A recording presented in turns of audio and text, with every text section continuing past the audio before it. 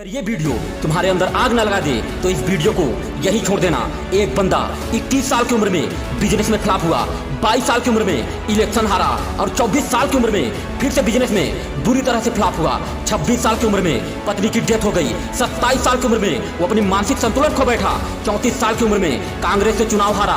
45 साल की उम्र में सीनेट का चुनाव हारा। फिर 47 साल की उम्र में वाइस प्रेसिडेंट के इलेक्शन में हार गया और 49 साल की उम्र में फिर से सीनेट का चुनाव हार गया। लेकिन साला उसके अंदर एक आग थी, एक जिद था। वो पागल था ना जो 52 साल की उम्र में अमेरिका का प्रेसिडेंट बनकर दिखाया।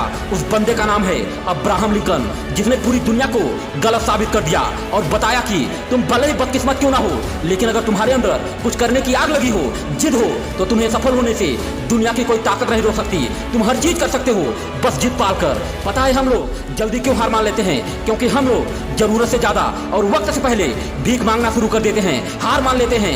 लेकिन पता नहीं क्यों हम लोग ये भूल जाते हैं कि भीड़ में जीतेगा वही जो धैर्य और हिम्मत के साथ अंत तक लगा रहेगा।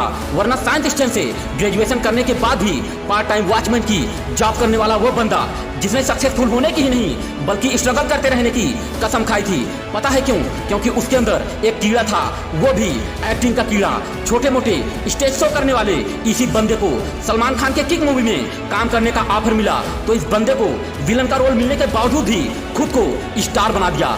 जिस बंदे को आज ये सारी दुनिया नवाजुद्दीन सिद्दीकी के नाम से जानती है, अगर ये बहाना करना चाहता तो काले घोड़े में फर्क समझने वाली बॉलीवुड इंडस्ट्री में खुद को काला समझकर हार मान सकता था। लेकिन जिद थी उसे खुद को साबित करने की, प्यार था उसे अपने स्ट्रगल से।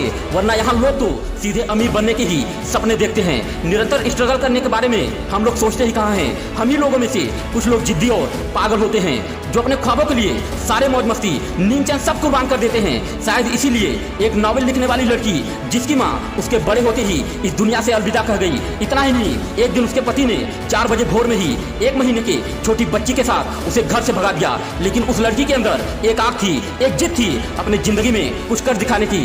सारा दिन अपनी छोटी बच्ची के साथ कैफे में बैठकर नॉवेल लिखने वाली इस लड़की ने अपनी मौज मस्ती नींद चैन सबकी कुर्बानी देकर हैरी पॉटर नाम की नॉवेल लिख डाली। इस लड़की को आज ये सारी दुनिया जेके रॉलिंग के नाम से जानती है, जिसने पूरी दुनिया को गलत साबित कर दिया।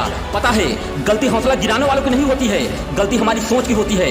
क्योंकि लोग किसी काम को बीच अधूरे में तभी छोड़ते हैं जब वो अपनी सोच को निगेटिव बना लेते हैं। वरना यकीन मानो सोचने की ताकत में इतना ज्यादा दम होता है ना कि वो गलत को भी सही कर देती है और इसका उल्टा सही को गलत भी कर देती है, जिसे ये दुनिया किस्मत और बदकिस्मत का नाम देती है। वरना टीम इंडिया का टॉप बॉलर यॉर्कर मैन के नाम से जाना जाने वाला खिलाड़ी जसप्रीत बुमराह ओवर कराते समय यही सोचता कि वो 6 बॉल यॉर्कर नहीं करा पाएगा तो आज वो वर्ल्ड का नंबर 1 बॉलर नहीं होता।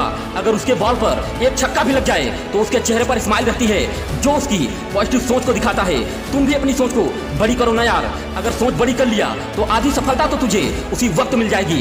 ये एक 4 साल के गरीब बच्चे की बड़ी सोच ही तो थी, जिसकी माँ अपने गरीबी से मजबूर होकर अपने बच्चे को अपने अंकल आंटी को दे दिया।